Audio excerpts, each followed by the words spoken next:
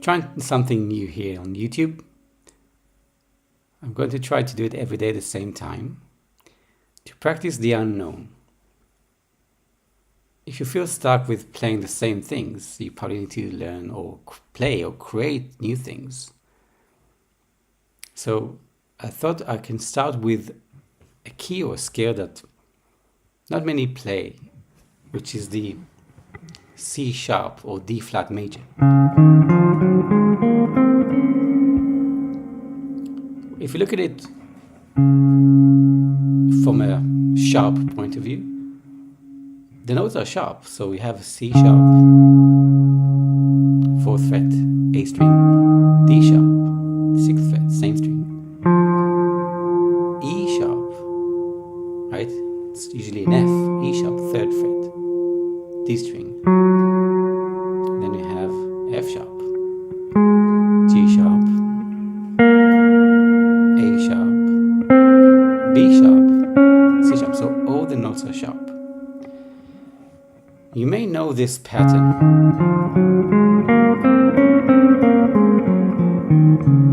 Which is very useful because it saves time.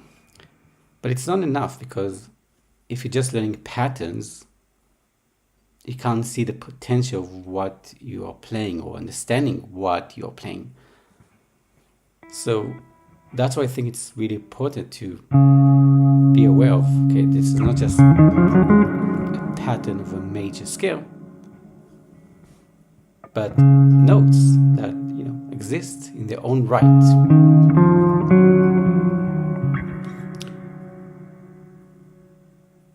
And the best way to learn anything is to create.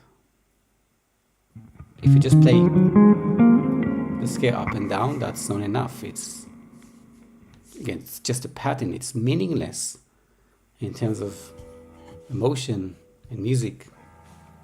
So what you want to do is find different ways you can play this scale in a musical way.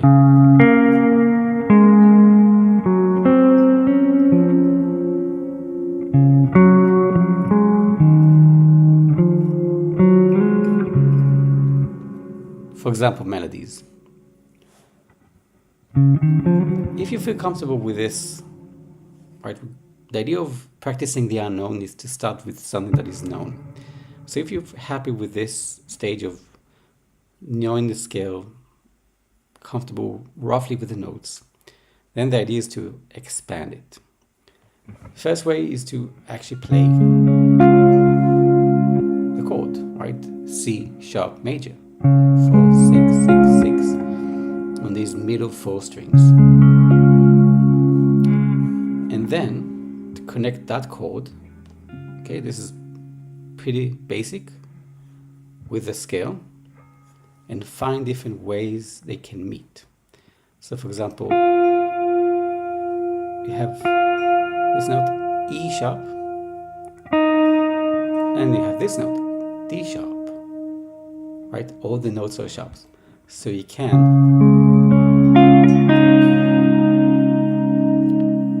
just play with that note from the scale, add it to the chord.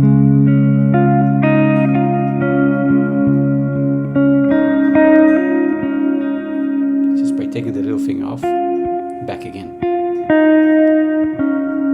Another note that you can find nearby is this one, B sharp, 5th fret, G string.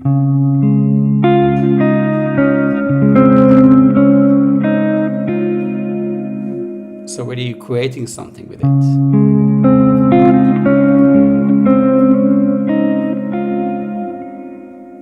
in this case, it's usually the little finger that does most of the work.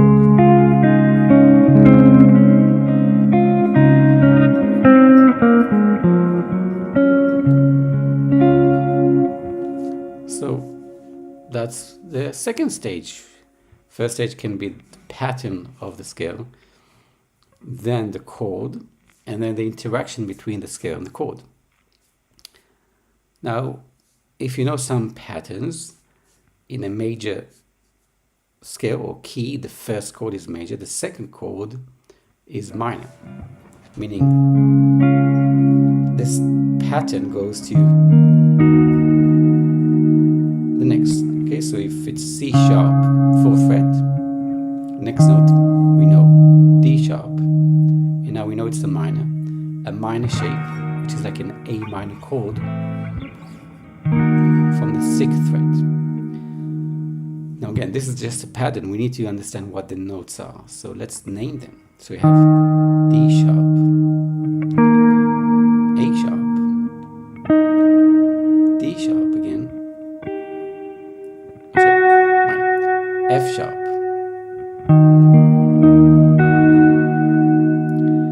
So from here we want to look for kind of recognizable notes. So if we know that there's an F sharp, there's an E sharp, hopefully it becomes a little bit more clear, less confusing.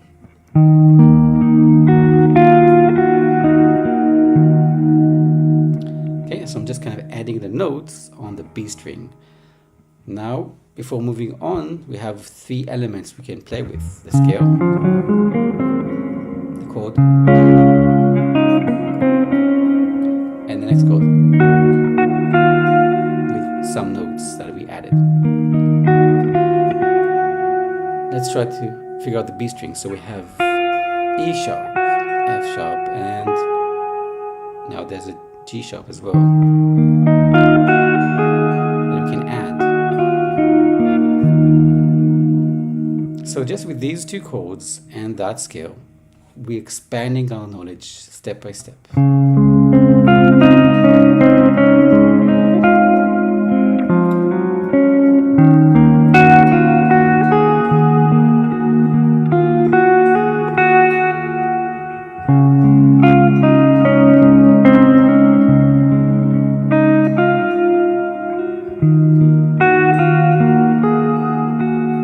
I'm playing it safely. Now you can try to kind of play a note that doesn't belong to the scale. Now, instead of just kind of dismissing it and say, okay, that you don't belong, wait until we get to your key. It's first of all important to acknowledge it, meaning, okay, this note is an E. In our case, it's not an E, it's a D double sharp. And it sounds foreign. Sometimes we want to use them, so it's good to know that it's there, and even hearing the potential of what it can add. Right, it adds this specific note for some reason. There is a very specific reason. It's called a flat second, never mind. But it adds something more exotic and ethnic to the music. So you might, when you teach yourself a new scale like this one, you might play other notes, but again, just know what they are and don't dismiss them. Okay, so we can explore more notes on the G string. So we have this note, D sharp. Going backwards, we have C sharp.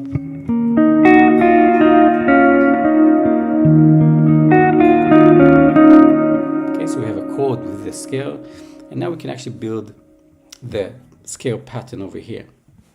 So we had so far E sharp, F sharp, G sharp, 6, 7, 9. We also have 6, 8 on the G string, C sharp, D sharp, and because we have a C sharp, we also have B sharp,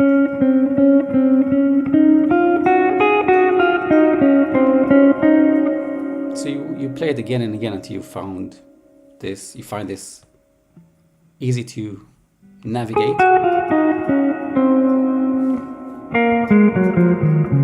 and then join it with the other ones. Again, based some of your pattern knowledge, but also acknowledging the notes you play.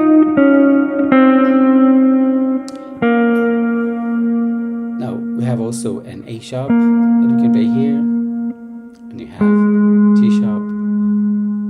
Now you might know this pattern over here, which is 9th fret of the low E string, and that's the major pattern. But again, playing just a pattern is not enough. It's really important to know the notes you play. So I'll start here for C sharp, D sharp, 6th fret, A string, E sharp, which is 8, F sharp, 9 on the A string. Right, move on only when you feel comfortable with this. And we had an F sharp, and then we have a G sharp, which is the 6th fret of the D string, A sharp, and so on. So what I want to do is play the second chord. This is a D sharp, right? Play with the scale.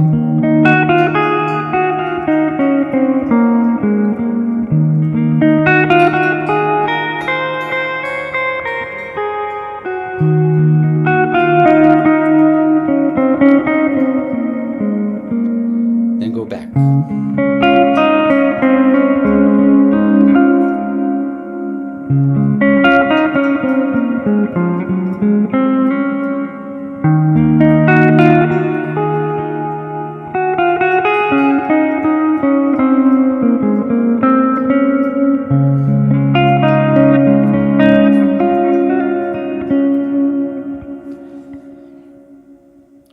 That's how we do it. We build it step by step.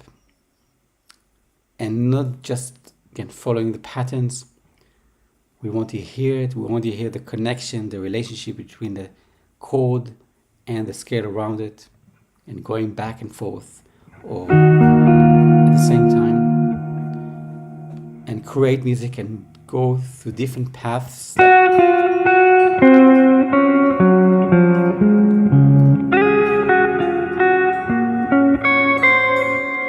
Jumping, skipping. And if you can master this, this is pretty much a lot of the fretboard, from the roughly 3rd fret to roughly the 9th fret. So 7th fret. That's not bad for 12 minutes or so.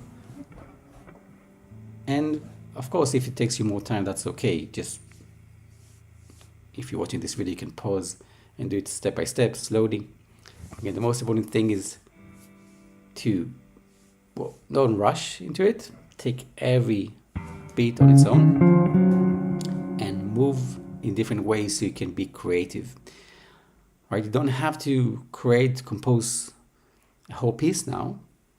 You can compose little ideas, little melodies. Right? You can skip and go back. You can travel in any way you want, and it's all about allowing yourself to explore. And this is how you practice the unknown. Let me know what you think about this. The idea again is to have fun, enjoy creating, learning everything at the same time, and slowly. Sometimes I see people playing a little bit too fast. Especially when you practice, it's important to do it really slowly so you have more time to hear the transition, right? Every note counts. Every transition from one note to the other counts. It's a whole experience. Let me know in the comments what you think about this, and if you need any help or suggestions maybe for the next video. Take care.